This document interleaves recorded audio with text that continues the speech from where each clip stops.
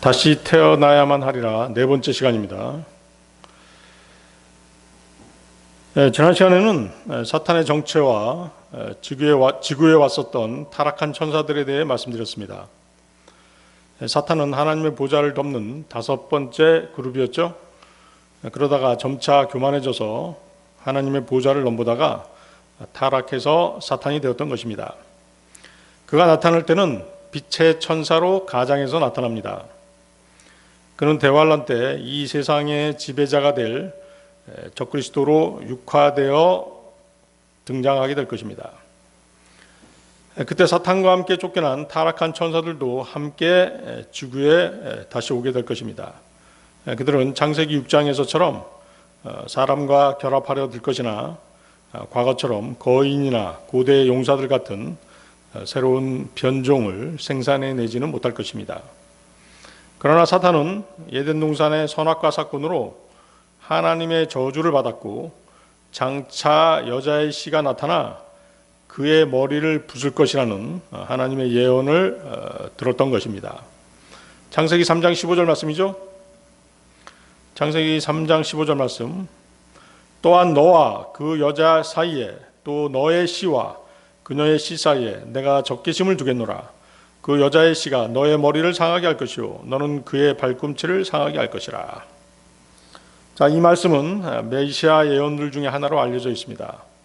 여기서 여자의 씨는 이스라엘에서 태어나신 예수 그리스도십니다.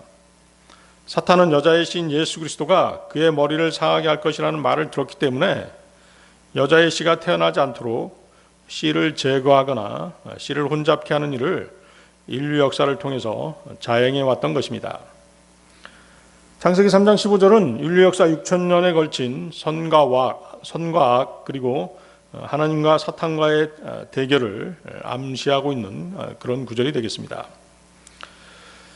여자가 씨를 갖게 될 텐데요. 그 씨는 인간의 씨로 낳은 아이가 아니라 성령님이 잉태케 하셔서 하나님께서 약속하신 때에 이스라엘에서 태어나신 예수 그리스도십니다. 생물학적으로 여자는 씨를 갖지 못합니다. 생물학적으로는 씨는 누가 갖는 것입니까? 남자가 갖는 것입니다. 그러나 절대무한 하나님의 말씀 성경은 분명히 여자의 씨라고 말씀하셨습니다. 여자가 남자의 개입 없이 아이를 낳을 수 없지만 초자연적으로 여자가 씨를 갖게 될 것이고 이 사실은 여자의 몸을 빌려 이 땅에 오실 이스라엘의 메시아시며 세상의 구세주신 예수 그리스도께서 동정녀 마리아를 통해서 육신의 몸을 입고 이 땅에 오신다는 그러한 예언인 것입니다. 이 전도 집회 설교를 듣는 여러분들은 하나님의 말씀을 있는 그대로 받아들이려고 하는 인내가 좀 필요하겠습니다. 뱀, 사탄 또한 여자의 씨와 적대 관계에 있게 될 씨를 갖게 될 것이라고 말씀하시죠. 이 사실은 마귀도 생식 능력이 있다는 뜻입니다. 창세기 6장에서 이 땅에 왔던 타락한 천사들이 생식 능력을 갖고 사람의 딸들과 연합해서 새로운 변종을 탄생시켰듯이 사탄 또한 그러한 능력이 있는 것입니다. 예수 그리스도께서 오셨을 때 예수님은 이스라엘의 종교 지도자들을 향해서 뱀들아, 독사들의 세대야, 또 지옥의 자식이라는 그러한 표현들을 쓰셨고 성경에는 마귀의 자식이라는 표현이 나오고 있는 것입니다. 요한복음 8장 44절을 보시겠습니다. 요한복음 8장 44절. 너희는 너희의 아비인 마귀에게 속하였으니 너희가 너희 아비의 정욕들을 행하려 하는도다. 그는 시작부터 살인자였으며 진리 안에 거하지 아니하였으니 그 안에 진리가 전혀 없기 때문이라. 그가 거짓말을 할 때면 그는 자기 자신에게서 나오는 거짓으로 말하느니라. 이는 그가 거짓말쟁이요 거짓의 아비이기 때문이라. 자, 그리고 여기 그 창세기 3장 15절에서 뱀은 여자의 씨의 발꿈치를 부술 것이라고 말씀하시죠. 즉 직접적인 생명의 타격을 입게 하지 못한다는 것입니다. 예수 그리스도께서는 십자가에 못 박혀 죽으셨지만 하나님의 능력으로 3일 만에 부활하셨기 때문입니다. 기독교 신앙의 정수는 예수 그리스도의 부활 신앙인 것이죠. 반면에 여자의 씨는 뱀의 머리를 부순다라고 말씀하십니다. 머리를 부순다는 것은 사탄을 멸망케 한다는 것입니다. 성경은 이 한 구절에서 주 예수 그리스도의 초림과 재림을 모두 예언해 주시고 계십니다. 그녀의 씨를 말하는 것은 초림입니다. 여자의 씨가 뱀의 머리를 부순다라고 하는 것은 예수님의 재림입니다. 예수 그리스도의 초림은 성취되었고, 그렇죠? 초림은 성취되었죠? 예수 그리스도께서는 2000년 전에 이 땅에 오셨던 것입니다. 그리고 십자가에 못 박혀 피 흘려 돌아가셨죠? 그러나 재림은 아직 성취되지 않았습니다. 인류는 학자들이 얘기하는 것처럼 점점 진화되어서 발전되어 가는 것이 결코 아닙니다. 물질적으로야 풍요로워진 것처럼 보일지 모르나 인간의 죄는 점점 더 많아지고 있고 서로 죽이고 죽는 전쟁은 끊임없이 이 지구상에 있어 왔던 것입니다.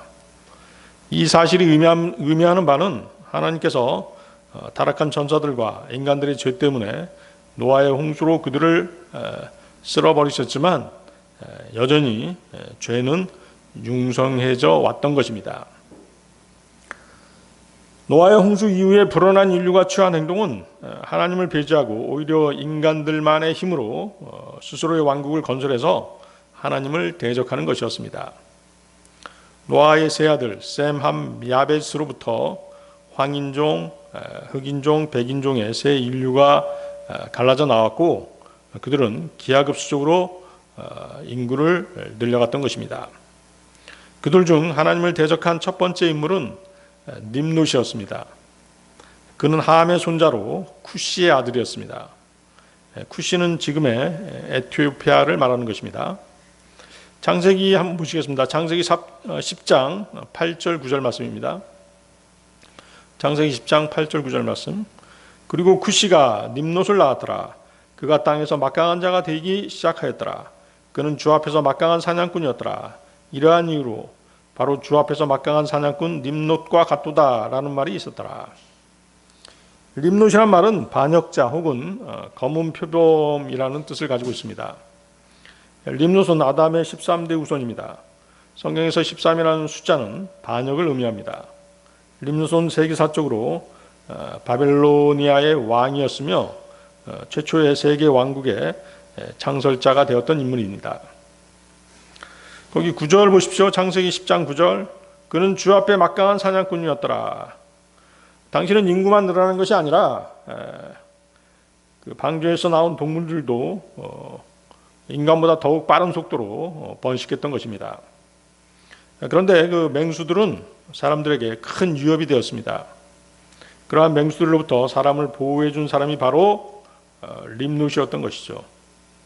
림롯에 대한 전설에 따르면 림롯은 단지 맹수들만 사냥한 것이 아니라 인간 사냥을 해서 노예제도를 만들었고 전쟁을 위한 징병제도도 만들었다라고 합니다. 거기 그 주 앞에서라는 말은 그 하나님께 대항해서라는 뜻을 가지고 있습니다. 노아 홍수 후에 인간들은 하나님의 심판에 대한 크나큰 두려움을 가지고 있었습니다. 그렇죠? 노아 홍수로 노아의 가족 외에는 전 인류가 멸망했기 때문입니다. 그런데 인간들의 그런 두려움을 없애는 데 앞장선 사람이 바로 림롯이었던 것입니다. 림롯은 자신의 왕국을 건설해서 인간들을 다스리고 바벨탑을 쌓도록 해서 인간들의 하나님에 대한 두려움을 없앴을 뿐만 아니라 오히려 하나님을 대적하는 데 앞장섰던 것입니다. 창세기 11장으로 가겠습니다. 창세기 11장 1절 4절 보십시오. 그런즉 온 땅이 하나의 언어와 하나의 구어를 가지고 있었더라. 그리고 그들이 동방에서부터 여정을 떠났을 때 이러한 일이 있었으니 그들이 시날 지역 가운데 있는 평야를 발견하였더라. 그리하여 그들이 거기에 거하였더라.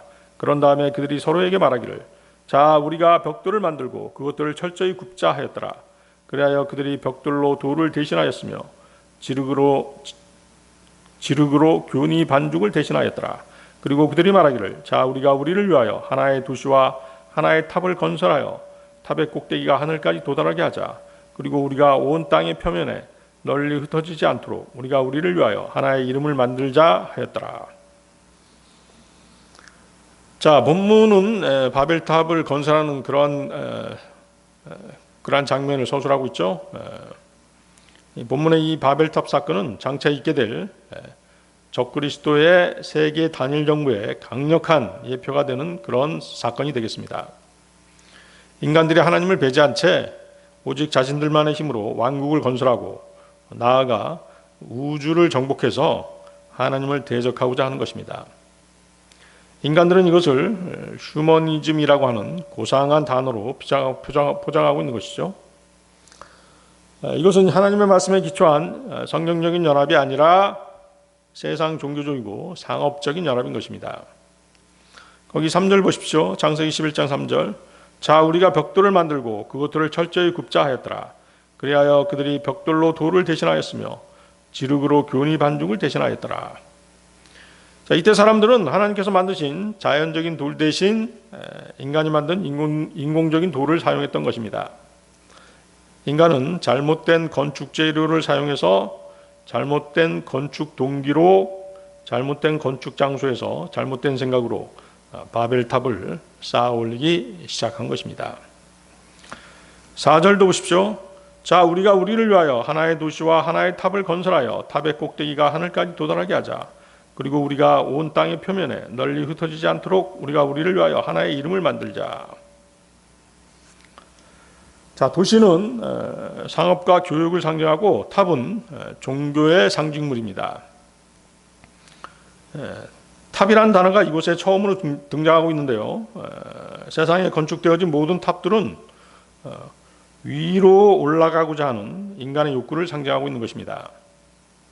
하나님의 보좌를 넘봤던 사탄의 교만이 인간들에게 그대로 유전된 것이죠. 인간들의 교만은 자신들이 뭉치면 땅도 정복하고 하늘도 정복하고 하나님도 두려울 것이 없다라고 믿는 그런 존재들인 것입니다. 이것은 하나님 없이 하늘에 오르려는 21세기의 위대한 인간 정신을 보여주는 것입니다. 그래서 인간은 도시를 세우고 도시의 중앙에 탑을 세워서 그것을 중심으로 모여드는 것입니다. 인간이 만든 종교들은 하늘에 도달할 수 있다는 확신을 주지 못하지만 언젠가 하늘에 도달할지도 모른다는 희망을 안겨주기에는 충분합니다. 세상의 모든 종교, 특히 이단 종교는 영생의 희망을 안겨주고 무지몽매하고 어리석은 인간들에게 물질을 갈취하는 것이 목표인 것이죠. 그러나 하나님께서는 이러한 인간들의 불경스러운 생각을 가만 내버려 두지 않으셨습니다. 거기 밑에 보십시오. 창세기 11장 6절에서 9절도 보시겠습니다. 창세기 11장 6절에서 9절 말씀. 그리고 나서 주께서 이같이 말씀하셨느니라. 보라, 백성이 하나요 그들이 모두 하나의 언어를 가지고 있기에 그들이 이 일을 하기 시작하였도다. 그런즉 이제 그들이 하려고 구상해 온 것은 아무것도 저지되지 않을 것이라.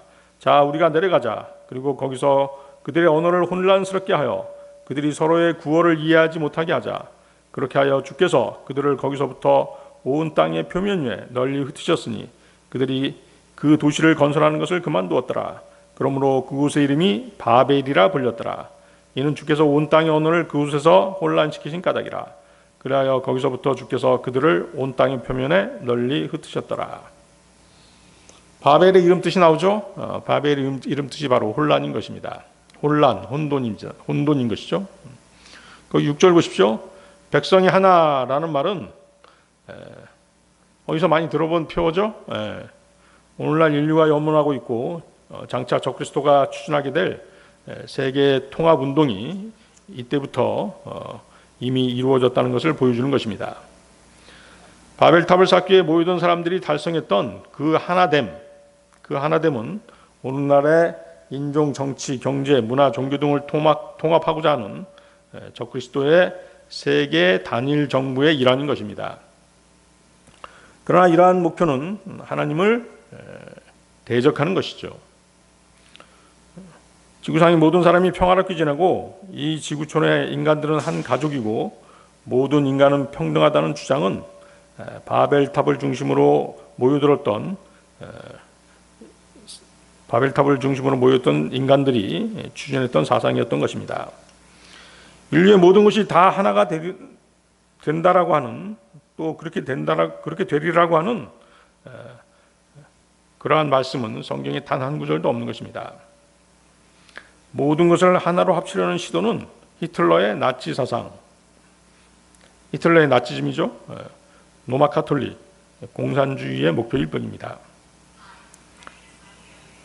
성경은 하나됨과 함께함이란 슬로건은 오직 거듭나지 못한 인간들이 하나님을 대적하고자 자기들만의 세상을 건설하려는 것이라고 말씀하십니다.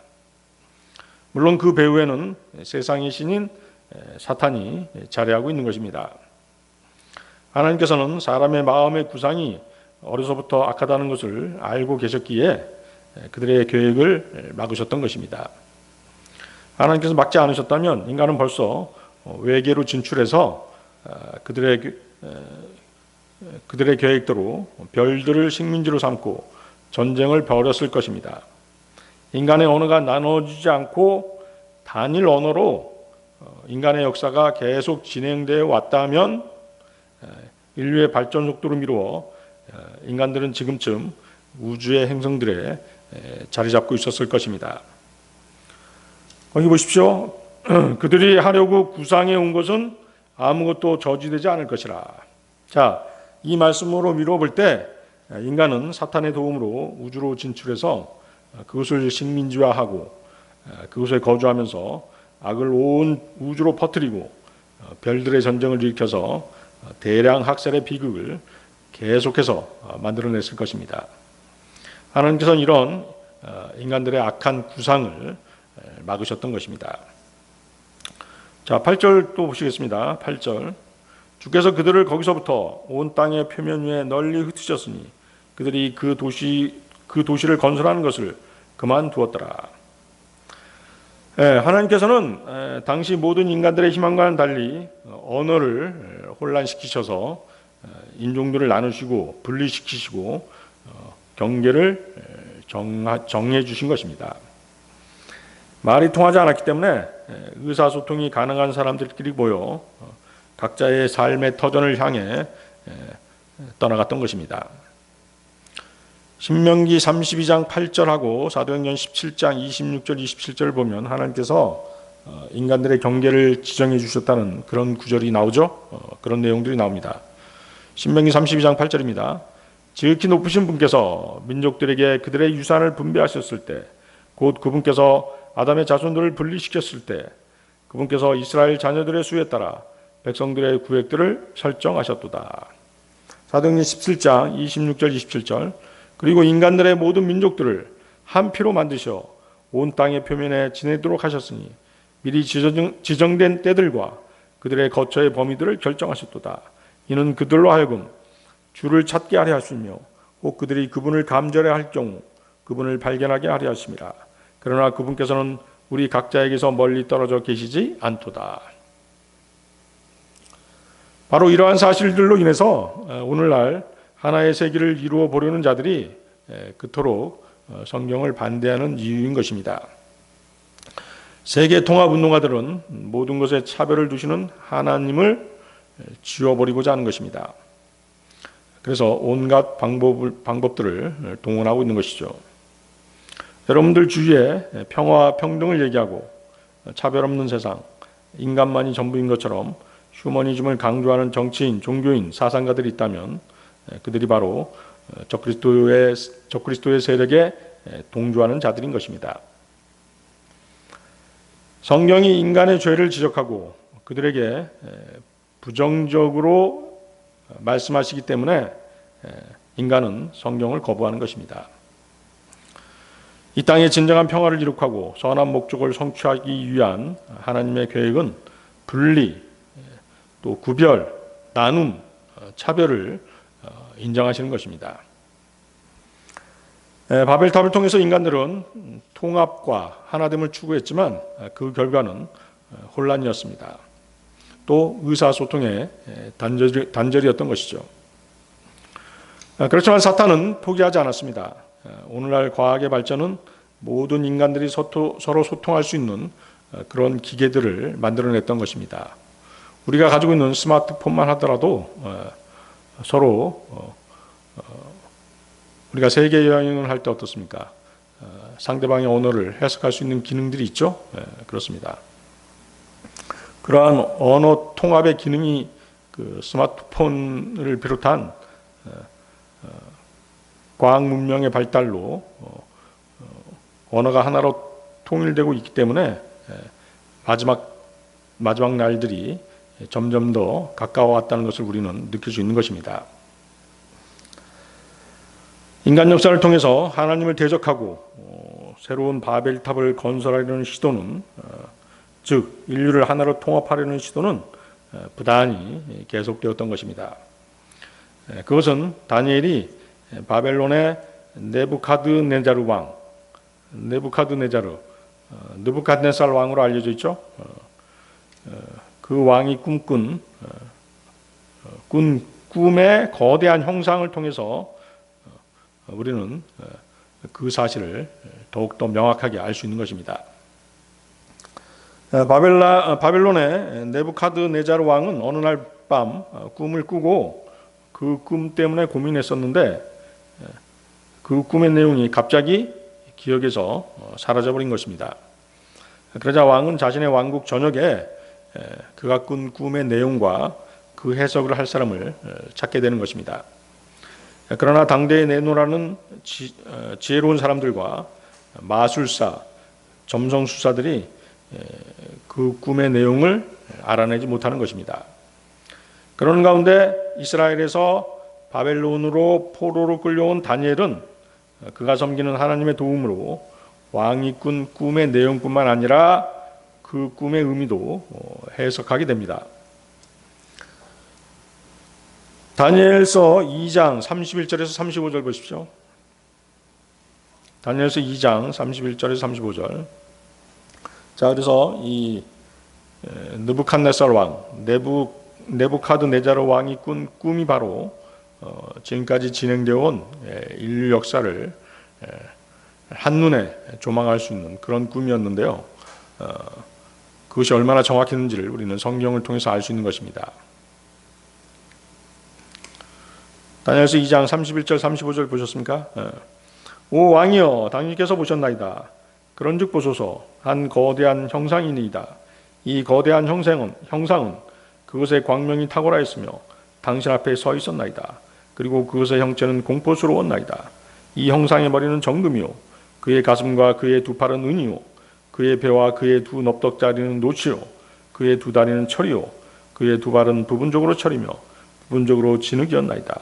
당신께서 보셨는데 마침내 손들을 대지 않고 깎여 나간 돌이 철과 진흙으로 된 그의 두 발 위로 그 형상을 쳐서 그것들을 산산이 부수었나이다. 그때 철과 진흙과 놋과 은과 금이 모두 다 산산이 부서져서 여름 타작마장들의 쭉정이처럼 되었나이다. 그런즉 바람이 그것들을 날려버렸으니 그것들을 위한 장소가 발견되지 아니하였나이다. 그러고 나서 그 형상을 친 돌은 태산이 되어 온 땅을 가득 채웠나이다.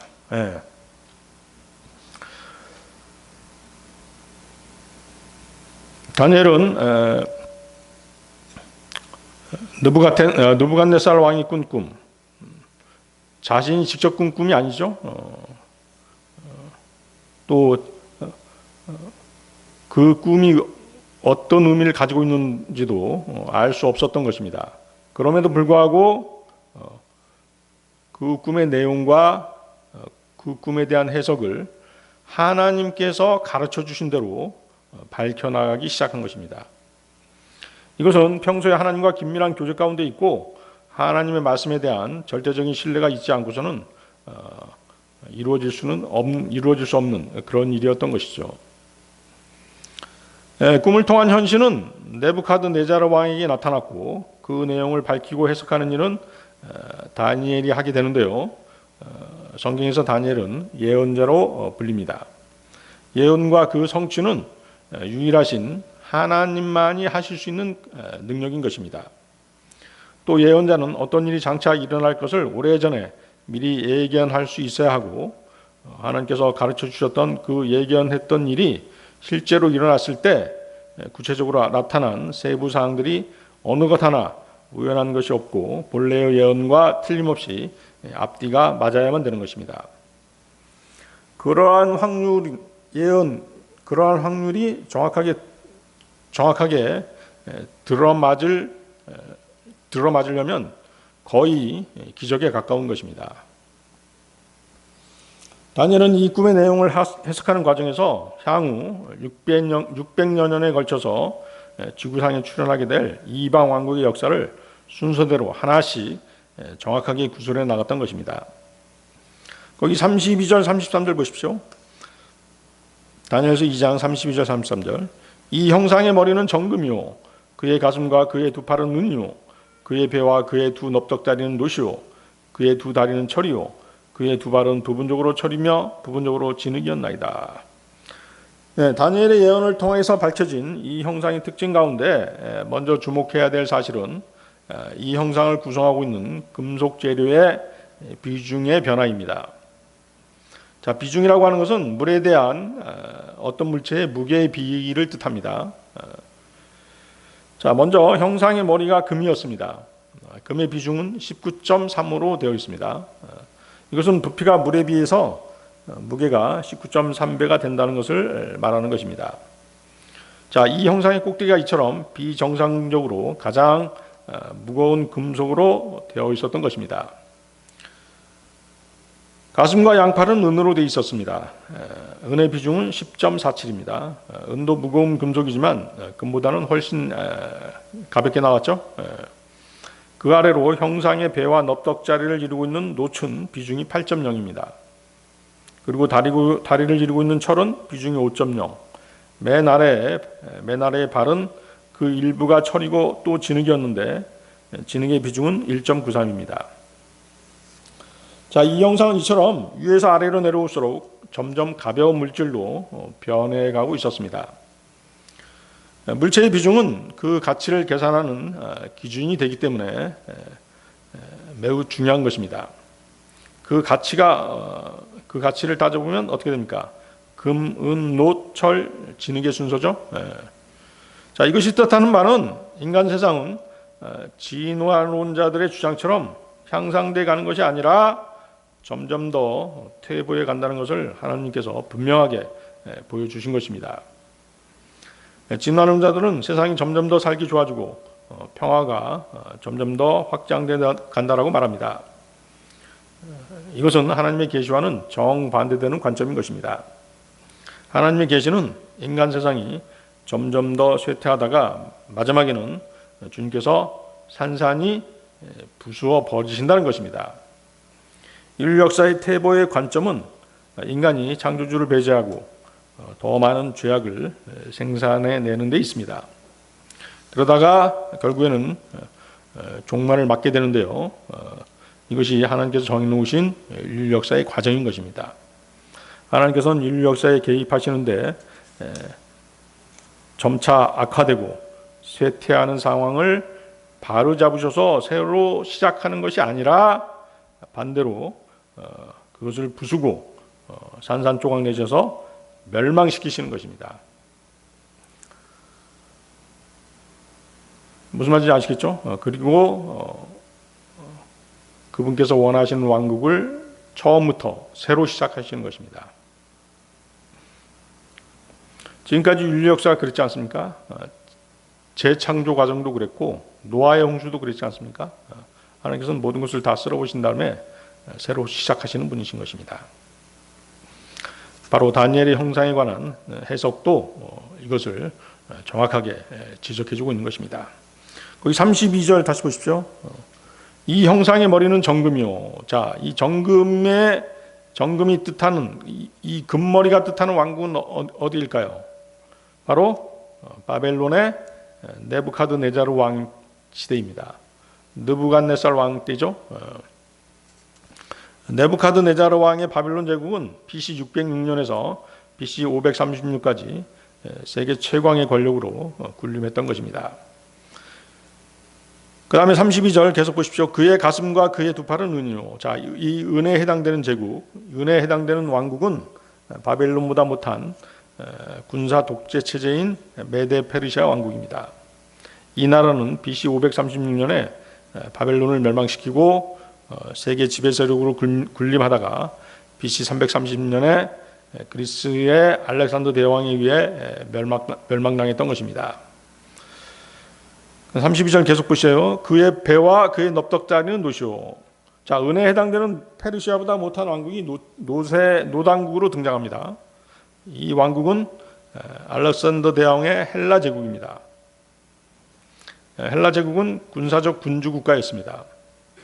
알렉산더 대왕은 독재자라기보다는 한 사람의 군대 장군으로서 군주가 되었던 사람이었던 것이죠. 군주란 어떤 지방을 다스리는 군왕을 말합니다. 알렉산더는 마케도니아 지방에서 일어나서 세례 여러 나라들을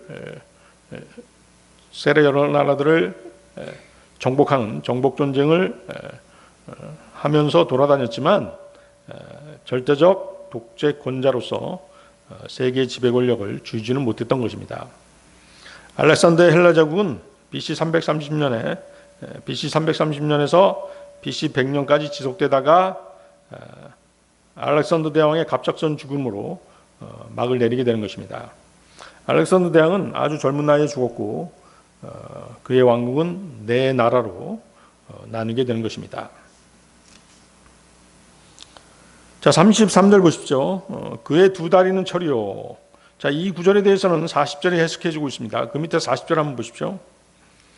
이는 철이 모든 것을 산산이 부수며 정복하기 때문입니다.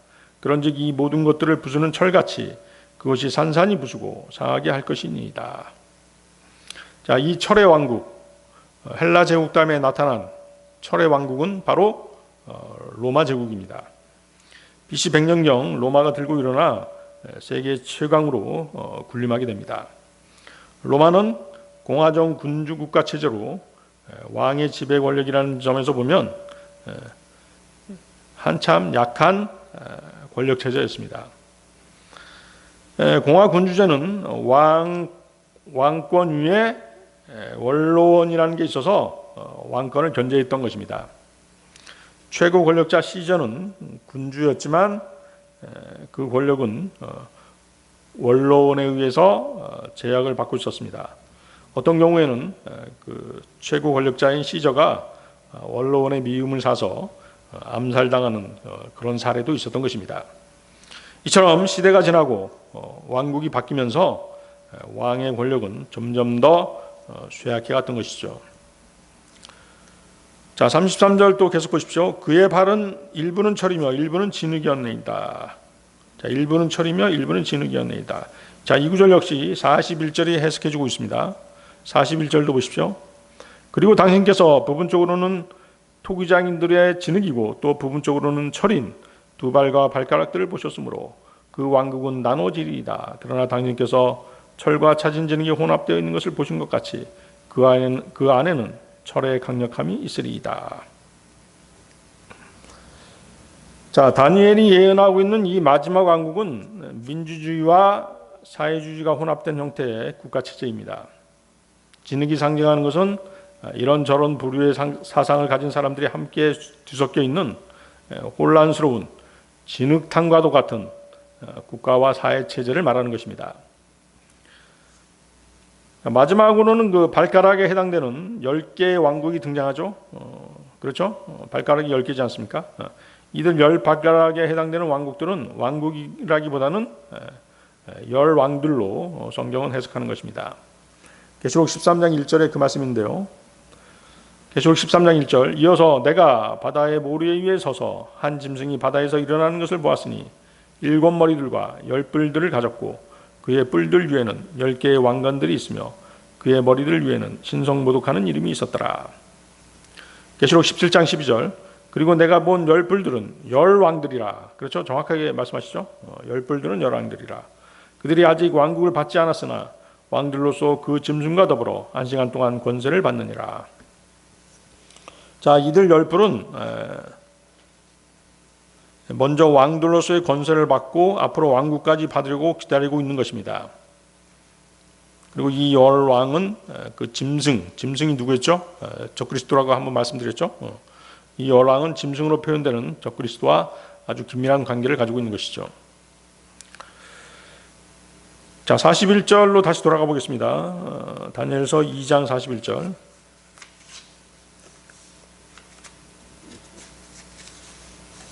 네. 41절. 철과 차진 진흙이 혼합되어 있는 것을 보신 것 같이 그 안에는 철의 강력함이 있으리다 라는 표현에서 철의 강력함은 다니엘의 환상에 나타난 거대한 철이빨들을 갖고 있는 넷째 짐승입니다.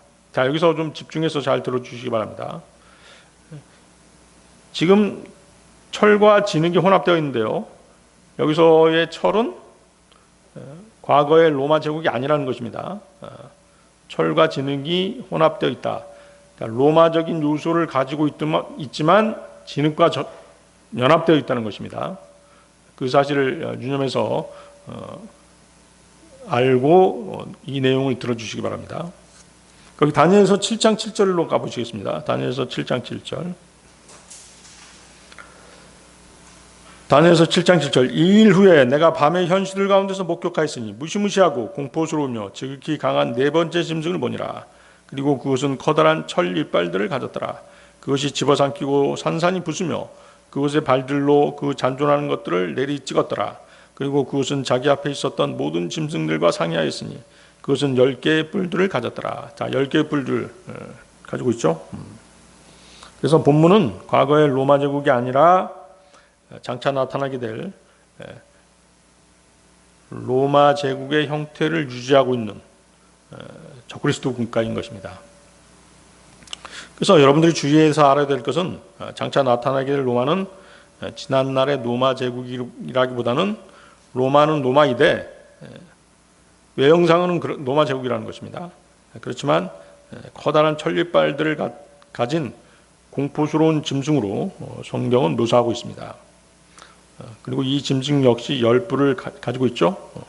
그 10뿔 중에 하나가 바로 적그리스도인 것입니다. 다니엘서 7장 8절 보십시오. 그 밑에 다니엘서 7장 8절. 내가 그 뿔들을 숙고하였는데 보라, 그것들 가운데서 또 다른 작은 뿔이 위로 올라왔더라. 그 작은 뿔 앞에서 처음의 뿔 중 셋이 뿌리채 뽑혀 나갔더라. 또한 보라, 이 뿔에는 사람이 두 눈과 같은 눈들이 달려 있고 엄청난 것들을 말하는 한 입이 있었더라. 그렇죠? 이 작은 뿔이 바로 적그리스도인데요. 적그리스도는 엄청난 것들을 말하는 입이 있다라고 얘기하죠. 대단한 웅변가일 가능성이 많습니다. 말로써 사람들을 현혹하는 그런 자일 것입니다. 그래서 여기서 로마라고 말할 때 이것은 어떤 먼저 생각나는 것이 무엇입니까? 과거의 로마 제국이겠죠. 또 생각나는 것이 무엇입니까? 로마 카톨릭 집단이겠죠. 그것을 말하는 것이 아니라 로마 제국적인 모든 요소들을 다 말하는 것입니다. 말하자면 오늘날의 유럽의 모든 나라들은 로마 제국의 영향을 받아서 형성됐죠. 그렇습니다. 그래서 서양의 모든 나라들은 로마 제국적인 그런 요소들을 지니고 있는 것입니다. 로마는 유럽 대륙 전체를 마지막으로 지배했던 대제국이었고 오늘날 서양 사람들의 정신적, 문화적, 사상적, 기질적 기반이 되었던 것입니다. 그래서 그 형상의 발이 철과 진흙으로 구성되어 있다는 것은 마지막 왕국이 철로 상징되는 로마의 요소를 지니고 있음을 알 수 있는 것입니다. 그것이 정치적이든 또는 종교적이든 로마의 형태를 지니고 있다는 것입니다. 이것은 한때 세계를 주름잡았던 로마가 여전히 존속하고 있으되 예수 그리스도의 초림 때처럼 예수님이 오셨을 때처럼 역사적인 로마가 세계의 권력으로 군림하고 있는 것이 아니라 다른 요소들, 즉 진흙과 함께 연합해서 존속하게 될 것을 보여주고 있는 것입니다. 다시 34절로 다시 돌아가 보겠습니다. 다니엘서 2장 34절. 당신께서 보셨는데 마침내 손들을 대지 않고 깎여나간 돌이 철과 진흙으로 된 그의 두 발 위로 그 형상을 쳐서 그것들을 산산이 부수었나이다. 자, 이 형상을 쳐서 산산 조각낸 돌, 그 돌은 어떤 돌이었습니까? 손으로 다듬지 아니한 돌입니다. 그러면 이 돌이 상징하는 것이 무엇일까요? 손으로 다듬지 아니한 돌이 상징하는 것. 자, 이것은 이제 우리가 성경은 항상 성경으로 해석하는 것이 가장 정확하죠. 베드로전서 2장 4, 6절에 그 말씀이 있죠. 그 해석이 있습니다. 베드로전서 2장 4절에서 6절 말씀. 정령 사람들에게는 배척받았으나 하나님께는 선택받은 보배롭고 살아있는 돌이신 그분께 나아오나니 너희 역시 살아있는 돌들로서 영적인 집으로 지어지며 예수 그리스도를 통하여 하나님께 기꺼이 받아들여질 만한 영적인 희생제물들을 바치는 거룩한 제사장단이 되었느니라. 이러한 이유로 그것이 보라 내가 택함받고 보배로운 최고 모퉁이 돌을 시온에 두노니 그를 믿는 자는 당혹스럽게 되지 아니하리라. 한 성경 기록 안에도 들어있느니라. 자, 여기 이제 돌이 들어있는 그 문장들을 한번 밑줄을 쳐보십시오. 보배롭고 살아있는 돌, 그렇죠? 그리고 내가 택함받고 보배로운 최고 모퉁이 돌 나와 있죠. 그래서 이 구절에서 보배롭고 살아있는 돌, 보배로운 최고 모퉁이 돌은 누구를 상징하는 것입니까? 바로 예수 그리스도를 상징하는 것입니다. 그리고 그 밑에 8절도 보십시오. 베드로전서 2장 8절. 불순종하여 말씀에 걸려 넘어지는 자들에게 곧 걸려 넘어지게 하는 돌이요 실족하게 하는 반석이라고 말씀하시죠. 따라서 이 돌은 다니엘서 2장 34절에서 언급하는 손들을 대지 않고 깎여 나간 돌, 철과 진흙으로 된 그 형상의 발을 쳐서 산산이 부수는 돌인 것입니다. 인간의 손으로 다듬거나 사람의 손이 닿은 돌이 아니라 바로 하늘에서 오신 돌, 예수 그리스도신 것입니다. 그래서 이제 모퉁이 돌, 반석 이런 표현이 나오면 바로 그것은 예수 그리스도로 해석하시면 충분한 것입니다. 정확한 것이죠. 자, 그런데 이 돌이 쳐서 산산이 부수는 것이 바로 그 형상의 발인 것입니다. 이 돌은 다리를 부수는 것이 아니라 발을 부수는 것이죠. 철로 된 다리가 무엇이었습니까? 다리를 부수는 것이 아니라 발을 부순다고 말씀하십니다. 그걸 잘 구별해서 알아두십시오. 철로 된 다리가 무엇이었습니까? 로마 제국이었죠. 그런데 이 돌은 로마 제국을 부수는 것이 아니라 로마 제국 다음에 출현하게 될 일부는 철로 되어 있고 일부는 진흙으로 되어 있는 왕국을 쳐부수는 것입니다. 그 왕국이 어떤 왕국이라고 말씀드렸습니까? 바로 적그리스도 왕국이라고 말씀드렸습니다. 자, 이런 점에서 이 마지막 세계 지배 권력은 종교적이든 정치적이든 어떤 유형으로든 로마의 형태를 유지하고 있는 그런 존재임을, 그런 정치 형태를 지닌 국가임을 알 수 있게 하는 것입니다. 그러나 역사적으로 실제했던 로마 제국 그 자체는 아닌 것입니다. 그렇다면 여기 돌로 나타나는 그분의 오심이 초림을 말하는 것이 아니라 뭘 말하는 것입니까? 재림을 나타내는 것입니다. 그분께서 처음 오셨을 때, 초림 때는 로마가 부서지기는커녕 오히려 로마가 예수 그리스도의 몸을 찢었던 것입니다. 그렇죠? 주님께서 초림하셨을 때 로마 제국은 이스라엘을 식민지로 삼고 있었고 그분을 십자가에 못 박고 그분의 옆구리를 찔렀죠. 로마 병사가 그렇게 하지 않았습니까? 그럼에도 불구하고 주님께서는 그들을 산산이 쳐서 부수지 않으셨죠. 그렇습니다. 그래서 진흙과 철과 진흙이 섞인 발, 이것은 주님의 초림 때 로마 제국이 아니라는 것입니다. 장차 나타나게 될 적그리스도 왕국이라는 것이죠. 자, 35절도 보시겠습니다. 35절. 자, 다니엘서 2장 35절입니다. 그때 철과 진흙과 놋과 은과 금이 모두 다 산산이 부서져서 여름 타장 마장들의 쭉정이처럼 되었나이다. 그런즉 바람이 그것들을 날려버렸으니 그것들을 위한 장소가 발견되지 아니하였나이다. 그러고 나서 그 형상을 친 돌은 태산이 되어 온 땅을 가득 채웠나이다. 자, 돌이 형상의 발을 치자 어떻겠습니까? 여러 금속으로 된 형상의 각 부분들은 강한 충격에 의해서 산산조각이 나서 부서져 버렸고 마치 고운 가루처럼 분쇄돼서 타작마당의 쭉정이처럼 바람에 날아가 버린 것입니다. 자, 이것은 예수 그리스도께서 재림하시면 모든 이방의 연합 세력들을 쳐서 산산이 부숴버릴 것을 예표하는 그런 그림인 것입니다. 그렇게 되면 모든 이방 나라들은 여름 타작마당들의 쭉정이 같이 돼서 바람에 날아가 버리는 바람에 어디로 가버렸는지 흔적도 찾아볼 수 없게 될 것입니다. 이방 왕국들이 말끔히 사라지고 아무것도 남지 않는 세상에는 오직 그 형상을 친 돌만이 태산을 이루어서 온 세상을 가득 채우게 될 것이라고 말씀하십니다. 그것은 바로 주 예수 그리스도께서 다스리는 그분의 왕국이 이 땅에 세워진다는 뜻입니다. 이사야서 11장 9절에 어떤 말씀이 있습니까? 이는 물들이 바다를 덮듯이 땅이 주의 지식으로 충만할 것이기 때문이라. 세상 지식이 아닌 주님의 지식으로 땅이 충만할 것이다. 주님의 왕국이 성립돼야, 주님의 왕국이 이 땅에 수립돼야 가능하겠죠. 그래서 마침내 예수 그리스도께서 재림하셔서 온 세상을 통치하시게 될 것을 예언하는 그런 말씀인 것입니다. 계시록 11장 15절에도 같은 말씀이 있죠. 계시록 11장 15절. 그리고 일곱째 천사가 나팔을 울렸더니 하늘에서 커다란 음성들이 있어 말하기를 이 세상의 왕국들이 우리 주의 왕국들과 그분의 그리스도의 왕국들이 되는도다. 그리하여 그분께서 영원 무궁토록 통치하시리라 하였더라. 예. 자, 지금 이제 그 다니엘이 해석한 그 형상의 내용과 뜻을 통해서 우리가 알 수 있는 것이 무엇입니까?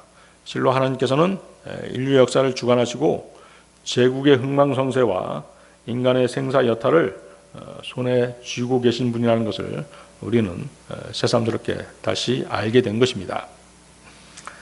자, 이제 다음으로 여러분들이 알아야 될 사실은 하나님의 독생자 예수 그리스도의 재림이 앞서 등장하는 철로 된 로마 제국, 철과 진흙이 혼합된 제국, 즉 세계 정부를 세워 세상을 다스릴 짐승, 적그리스도의 존재인 것입니다. 우리가 이 존재를 알아야 되는 이유는 이 자는 사탄과 연관된 인물이고 사탄은 이 세상에서 하나님 다음으로 지혜로운 자이며 우리 인간들을 절대 악으로 지배하려는 존재이기 때문입니다. 이 세상에서 우리가 이러한 불행한 삶을 살고 있는 것도 바로 누구 때문인 것입니까? 사탄이라는 악한 존재의 영향 때문인 것입니다. 그래서 이 존재에 대해서 모른다고 한다면 성경을 정확하게 해석해낼 수가 없는 것입니다. 자, 먼저 누가복음 1장 31절 35절을 보시겠습니다. 누가복음 1장 31절 35절. 자, 아까 우리 창세기에서 어떤 얘기했습니까? 여자의 씨와 사탄의 씨에 대해서 말씀드렸었죠. 누가복음 1장 31절 35절은 바로 여자의 씨에 대한 얘기입니다. 그런즉 보라, 너는 너의 태에 임신하여 한 아들을 낳으리니 그분의 이름을 예수라 부를지니라. 그분께서는 위대하게 되실 것이요 가장 높으신 분의 아들이라 불리시리라. 그리고 주 하나님께서 그분의 조상 다윗의 보좌를 그분에게 주시리라. 그리하여 그분께서 야곱의 집을 영원토록 통치하시리라. 그리고 그분의 왕국은 끝이 없으리라. 그때 마리아가 그 천사에게 말하기를 제가 남자를 모른다는 것을 생각해 볼 때 어떻게 이 일이 있겠나이까 하였더라. 그러자 그 천사가 그녀에게 대답하여 이같이 말하였더라. 성령님께서 너의 위에 임하시니 가장 높으신 분의 권능이 너에게 그늘을 드리우리라. 그러므로 너에게 태어날 그 거룩한 것 역시 하나님의 아들이라 불리리라. 예. 자, 이 말씀으로 우리는 바로 여자의 씨, 마리아에게 씨를 갖게 하신 분은 성령님이심을 알 수 있는 것입니다. 이해하시겠죠? 자, 성경 또한 특정한 인물을 통해서 뱀의 씨, 즉 사탄의 씨가 있음을 우리에게 알려주시고 계십니다. 자, 요한복음 6장 70절 71절로 가겠습니다.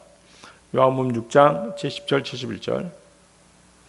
예수님께서 그들에게 대답하시기를 내가 너희 12를 선택하였는데 너희 중 하나는 마귀가 아니느냐. 하셨느니라.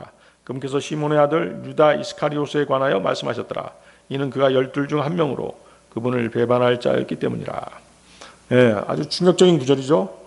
예수님의 12 제자 중에 하나가 누구라는 것입니까? 마귀라고 말씀하셨습니다. 자, 이제 여러분들이 이제 알아야 될 게 뭐냐면 계시록 그 12장을 보면 이제 그 붉은 용 한 마리가 등장하고 이사야서 13장과 이사야서 34장에는 용들이라고 해서 복수의 용들이 등장합니다. 마찬가지로 단수의 마귀가 있고 복수의 마귀들이 있는 것입니다. 그렇죠? 그래서 단수의 마귀 그러면 바로 사탄입니다. 또 단수의 용 하면 뭐예요? 사탄인 것이죠. 그렇죠? 그래서 여기 나오는 유다 이스카리옷, 예수님의 12 제자 중 하나인 유다 이스카리옷은 마귀들 중에 한 마귀였던 것이죠. 이해하시겠죠?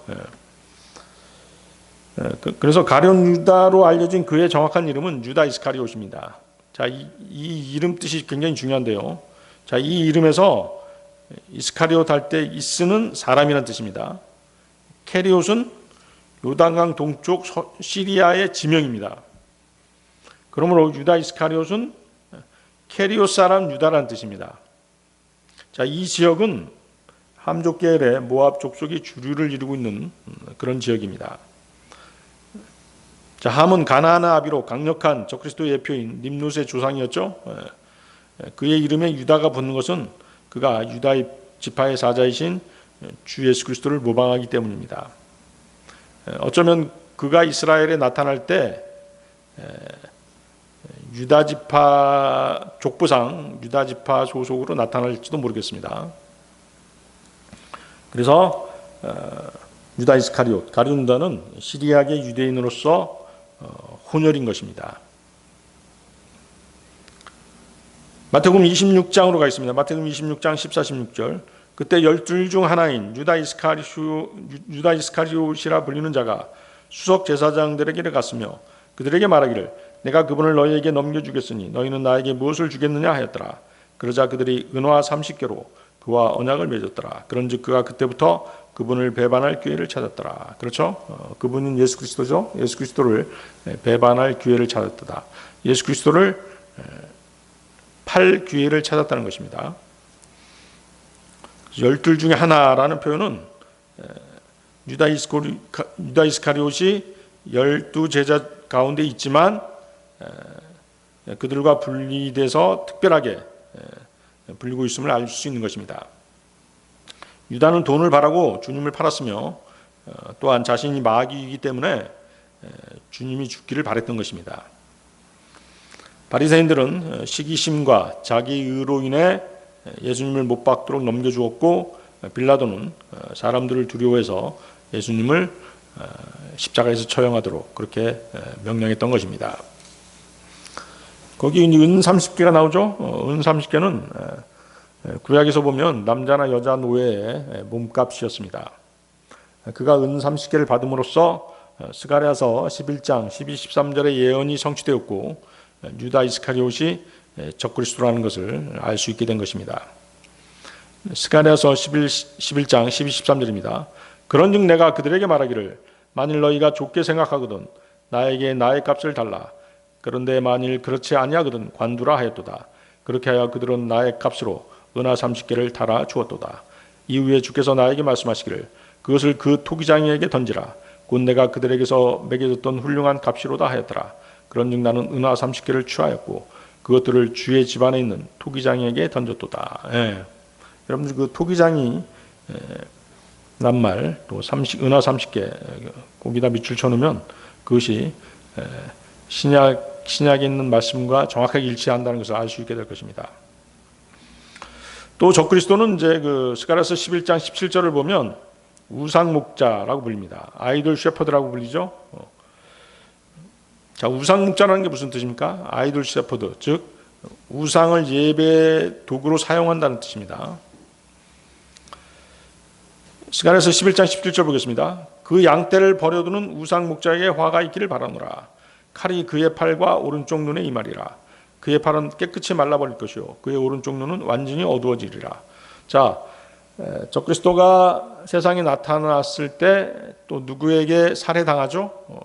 그때 그 오른쪽 눈이 완전히 멀어버리고 또 그 팔이 왼팔인지 오른팔인지 나와 있지 않지만 깨끗이 말라버릴 것이라고 나오죠.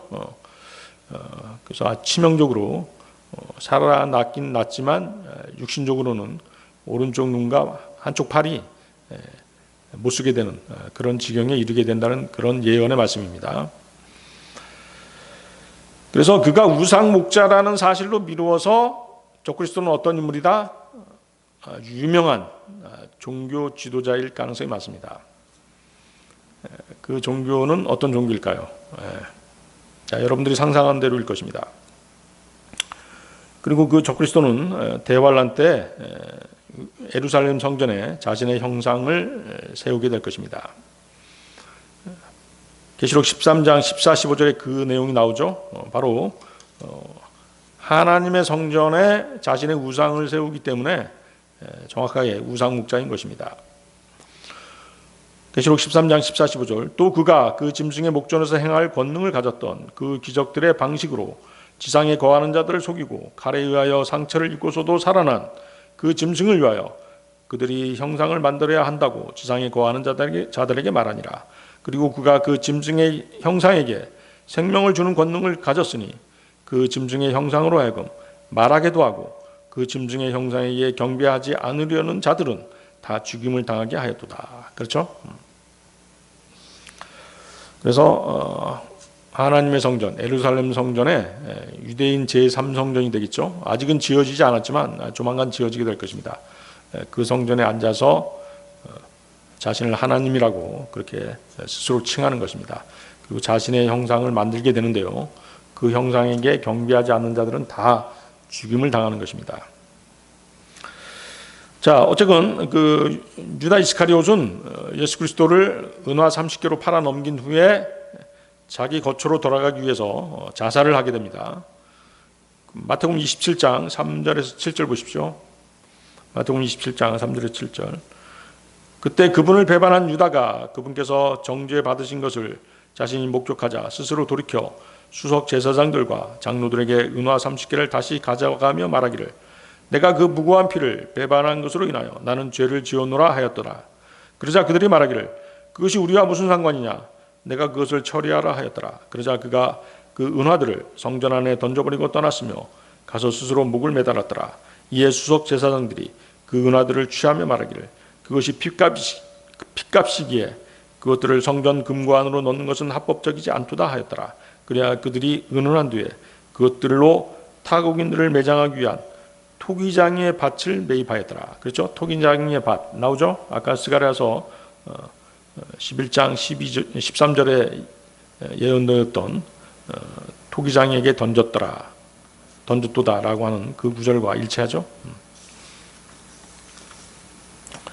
자, 그래서 유다 이스카리옷에게는 시몬이라고 하는 인간 아버지가 있었지만 그는 인간이 아니라 마귀라 불렸던 것입니다. 요한복음 6장 70절이죠. 너희 중 하나는 마귀가 아니냐. 예수님께서 하신 말씀입니다. 유다는 인간처럼 걸어다녔고 말도 했고 음식도 먹고 잠도 잤고 피곤해지기도 했고 후회도 했고 했지만 그러나 어느 날 밤에 밖으로 나가서 목매어 죽었던 것입니다. 자살했던 것입니다. 유다 이스카리옷은 이처럼 인간과 똑같이 행동하고 살았지만 그 실체는 인간이 아니었던 것입니다. 사도행전 1장 25절을 보겠습니다. 사도행전 1장 25절 유다는 불법으로 인하여 이 사도직에서 떨어졌으니 그가 자기 자신의 처소로 가고자 함이었나이다. 그렇죠? 정확하게 말씀하시죠. 그가 자기 자신의 처소로 가고자 함이었나이다. 마귀의 처소가 있었던 것입니다. 자, 이 구절은 12제자 중 유다가 떨어져 나감으로써 새로운 제자를 정해 주시도록 제자들이 기도하는 장면 중에 하나입니다. 그러면 그가 돌아간 거처가 어디겠습니까? 계시록 9장 11절에 나오죠. 계시록 9장 11절. 그리고 그것들은 자기들을 다스리는 왕을 두었으니 그는 끝없는 구렁의 천사니라. 그의 이름은 히브리어로 아바돈이라. 그러나 헬라어로는 아폴리온이란 그의 이름이 있더라. 예. 지금 9장 11절은 바로 유다 이스카리옷을 말하는 것입니다. 그는 끝없는 구렁의 천사였고 히브리어로 아바돈, 헬라어로 아폴리온이라고 하는 또 다른 이름들을 가지고 있었던 것입니다. 그래서 이 바닥 없는 구덩이의 천사는 왕이기도 하죠. 그곳의 왕인 것입니다. 그리고 그에게 여러 이름이 있다고 말씀드렸죠. 아바돈, 아폴리온이라고 하는 이름이 있는데요. 그 이름 뜻이 무엇일까요? 그 이름 뜻은 요한복음 17장 12절을 보면 주님의 기도에 그 이름 뜻이 나와 있습니다.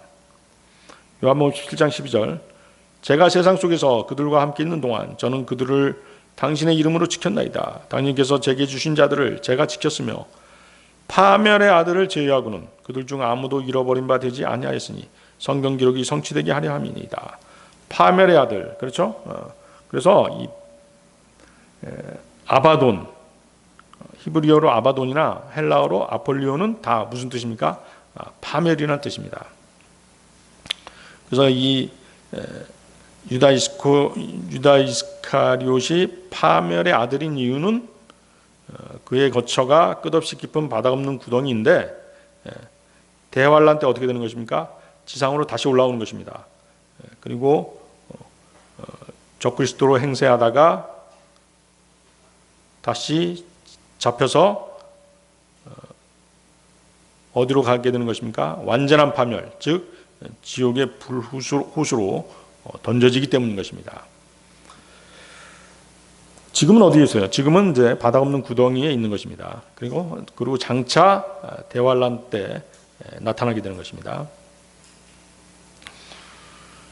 데살로니가후서 2장 3절을 보시겠습니다. 데살로니가후서 2장 3절. 아무도 어떤 방식으로든 너희를 속이지 못하게 하라. 이는 먼저 떨어져 나가는 일이 오지 않으면 그날이 오지 않을 것이요. 그러고 나서 그 죄의 사람 곧 파멸의 아들이 드러나지 않으면 그날이 오지 않을 것이기 때문이라. 떨어져 나가는 일은 이제 그 두 가지 견해가 있습니다. 배교와 휴거가 그것이죠. 분명한 사실은 그리스도인들이 휴거된 후 파멸의 아들 적그리스도가 나타난다는 사실입니다. 그래서 여러분들이 이제 한 가지 알아야 될 사실인데요. 그것은 바로 뭐예요? 전천년주의 교리입니다. 전천년주의는 말 그대로 전천년, 천년왕국 전에 예수님께서 이 땅에 다시 오신다는 뜻입니다. 그런 교리인 것이죠. 전천년주의 교리 외에도 천년왕국이 없다라고 하는 무천년주의, 또 인간들에 의한 평화의 천년왕국이 있고 그 후에 예수님이 오신다는 후천년주의 교리가 있습니다. 그래서 여러분들이 성경을 가장 정확하게 해석하고자 한다면 전천년주의 교리를 따라야 되는 것입니다. 그렇게 해석해야지만이 이단 교리가 나오지 않는 것입니다. 전천년주의 교리를 노아 홍수 때부터 한번 우리가 기술해 보면요, 노아 홍수 다음에 그 구약 이스라엘의 탄생이 있죠. 구약 이스라엘의 율법 시대, 그 다음에 예수님의 초림과 예수님의 십자가 죽음, 부활 승천하심, 그 다음에 신약 교회 시대, 그리고 구원받은 그리스도인들이 공중으로 채어 올라가는 휴거가 있죠. 그 다음에 7년 대환란, 예수님의 재림, 천년왕국, 그 다음에 최후의 백부자 심판, 새하늘과 새 땅의 영원 세계가 그 순서인 것입니다. 자, 그래서 이제 거기 보면 데살로니가후서 2장 3절을 보면 그날이 오지 않을 것이요. 여기서 그날은 이제 그리스도의 날이죠. 휴거와 그리스도의 심판성과 어린 양의 혼인식, 재림, 천년왕국을 포함하는 것들이 다 그리스도의 날인 것입니다. 데살로니가 거기 후서 2장 6절도 보시겠습니다. 그리고 그가 그의 때에 나타나야 보이기 위해 억누르고 있는 것이 무엇인지 너희가 이제 아느니라. 적그리스도죠. 적그리스도가 그의 때에 나타나 보이기 위해 억누르고 있는 것이 있다는 것이죠. 그래서 적그리스도는 특정한 시기에 나타나게 될 것입니다. 그렇게 되면 그때 온 세상이 그를 알아보게 된다는 것입니다. 그는 그때 세상 죄인들에게 데살로니가후서 2장 9절에서 10절에 기록된 대로 나타날 것입니다. 거기 계시록 데살로니가후서 2장 9절 10절도 보십시오. 데살로니가후서 2장 9절 10절. 곧 그에 오는 것은 사탄의 역사에 따른 것으로 모든 권능과 표적들과 거짓 지적들을 동반하며 또한 멸망하는 자들 안에 있는 모든 불의의 속임수를 동반하리라. 이는 그들이 구원받도록 하기 위한 진리의 사랑을 받아들이지 않기 때문이라. 따라서 그리스도인들이라면 누구나 파멸의 아들의 정체를 알아내기 위해서 대환란까지 기다릴 필요가 없는 것이죠. 물론 대환란 전에 그리스도인들은 휴거되겠지만요. 적그리스도가 나타나기 전에 우리는 성경에 기록된 내용들을 통해서 충분하고도 정확하게 적그리스도에 대해서 알 수 있는 것입니다. 어느 날 가까운 장래가 되어 있죠. 어느 날 정치 혹은 종교계의 거물급 지도자가 칼에 맞아 죽는 일이 발생하게 될 것입니다. 계시록 13장 14절이죠. 또 그가 그 짐승의 목전에서 행할 권능을 가졌던 그 기적들의 방식으로 지상에 거하는 자들을 속이고 칼에 의하여 상처를 입고서도 살아난 그 짐승을 위하여 그들이 형상을 만들어야 한다고 지상에 거하는 자에게 말하니라. 그렇죠? 칼에 의하여 상처를 입고서도 살아난 그 짐승. 그래서 적그리스도가 나타났는데 그 적그리스도가 이제 자신을 반대하는 어떤 자에게 죽임을 당하는 거죠. 칼에 의해서 죽임을 당하는 것입니다. 그때 이제 사탄이 죽었던 적그리스도에 들어가서 육화되는 것입니다. 사탄은 스스로 지극히 높으신 분과 같게 되겠다라고 말했죠. 그는 하나님과 같게 될 수는 없었기 때문에 하나님을 모방하는 자로, 끝까지 모방하는 자로 나타나는 것입니다. 그리고 그는 이제 다시 세워지게 될 유대인 제3성전에서 그 하나님의 성전의 보좌에 앉아서 거짓 메시아로 통치하게 되는 것입니다. 그때 그는 자신이 육신으로 나타난 하나님이라고 말할 것이며 예수 그리스도께서 하나님이심을 부인할 것입니다. 그는 정확하게 7년 대환란의 후 3년 반 42개월 동안 다스리면서 자신의 표는 뭐죠? 검은 점이죠. 또 그의 숫자는 뭐죠? 666표입니다. 또 그의 이름을 받지 않는 사람들의 목을 벨 것입니다. 그는 세상 모든 국가들로 하여금 자신의 살아있는 우상에게 경배하라고 지시하게 될 것입니다. 세상은 적그리스도의 주저하에 모든 민족이 지상에서 유대인들을 멸종시키기로 합의하게 될 것입니다. 계시록 13장 15, 18절 보십시오. 계시록 13장 15, 18절. 그리고 그가 그 짐승의 형상에게 생명을 주는 권능을 가졌으니 그 짐승의 형상으로 하여금 말하게도 하고 그 짐승의 형상에게 경배하지 않으려는 자들은 다 죽임을 당하기도 하였더라. 그리하여 그가 작은 자도 큰 자도 부유한 자도 가난한 자도 자유로운 자도 속박된 자도 모두 그들의 오른손 안이나 그들의 이마 안에 표를 받게 하니 그 표나 그 짐승의 이름이나 그 이름의 숫자를 지닌 자 외에는 아무도 사거나 팔지 못하게 하려 함이더라. 여기에 지혜가 있느니라. 명철이 있는 자는 그 짐승의 숫자를 세어볼지어다. 이는 그것이 한 사람의 숫자이며 그의 숫자는 666이기 때문이라. 자, 이 지구상에 사는 인간으로서 환란 전에 휴거되지 못한 사람들은 이 표, 666표를 받지 않을 수가 없는 것입니다. 666표를 받지 않으면 경제활동을 할 수 없습니다. 우리는 코로나 사태 때 가볍게나마 그 경험을 해보았죠. 코로나 백신을 받지 않으면 관공서 출입을 할 수 없었고 아르바이트도 할 수 없었습니다. 대환란 때 이 표를 받기를 거부하거나 도망하다가 잡힌 사람은 목배임, 참수형에 처해지는 것입니다. 이 표를 안 받기 위해 혹은 7년 대환란을 통과해야 구원받는다라고 믿는 사람들 중에는 깊은 산속이나 한적한 시골의 땅을 사고 집을 지어놓고 끝까지 견디겠다라고 하는, 환란을 통과하겠다라고 하는 사람들이 있는데요. 그것은 참으로 어리석은 생각인 것입니다. 그들을 붙잡기 위해 666표를 받지 않고 않고 도망다니는 사람을 붙잡기 위해서 인간 정부의 군인이나 공무원, 경찰들이 쫓지 않습니다. 표를 안 받기 위해 숨는 사람들을 쫓는 자들은 인간 공무원들이 아닐 것이라는 것이죠. 아마도 사탄의 수하들인 타락한 천사들이 부리는 외계인들이 인간 사냥을 하러 다니게 될 것입니다. 여러분들은 UFO 들어보셨죠? 또 UAP이라고 들어보셨죠? UFO, 미확인 비행물체, Unidentified Flying Object, 미확인 물체죠. 요즘은 UAP라고도 부릅니다. 미확인 변칙 현상, Unidentified Anomalous Phenomena, UFO나 UAP에 대해서 들어보셨을 것입니다. 직접 여러분들이 보지 못했을지라도 유튜브라든가 기타 SNS를 열어보면 찾아보면 충분히 볼 수 있을 것입니다. 외계인으로 불리는 그들이 이 땅에 오게 될 것입니다. 요즘 보면 이제 UFO라든가 UAP의 움직임이 매우 많이 목격되고 있습니다. 과학이 발달하고 드론 등을 많이 띄우기 때문이기도 하지만 그들의 활동이 많아진 것도 사실입니다. 그들은 관광 목적으로 이 땅에 온 것이 아니죠. 그들은 타락한 천사들이 부리는 자들입니다. 그들은 적그리스도가 나타나기 전에 이미 인간들을 모두 스캔할 것입니다.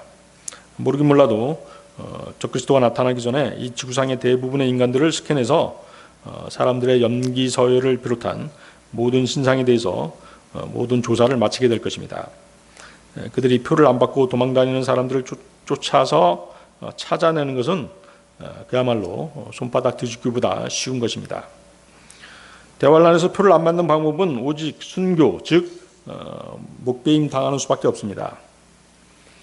계시록 3장 10절입니다. 이는 내가 나의 인내의 말을 지켰기 때문이니 나 역시 너를 시험의 시각으로부터 지키겠노라.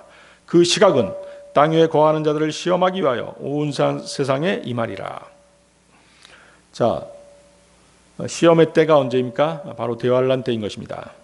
여러분들이 지금 거듭나서 환란 전에 휴거되지 못한다면 대환란에 들어가 여러분의 믿음을 시험받게 될 것입니다. 그것은 목배임 당하는 순교냐 아니면 짐승의 표를 받느냐의 둘 중 하나를 선택해야 되는 그런 시험인 것입니다. 계시록 14장 9절에서 11절입니다. 이어서 셋째 천사가 그들을 뒤따르며 큰 목소리로 이같이 말하였더라. 누구든 그 짐승과 그의 형상에게 경배하고 그의 표를 자기 이마 안이나 자기 손 안에 받는다면 바로 그 자는 호남물 없이 그분의 격분의 잔 속에 부어진 하나님의 진노의 포도주를 마시리라. 그리하면 그는 거룩한 천사들 앞과 어린 양 앞에서 불과 유황으로 심히 고통을 당하리라.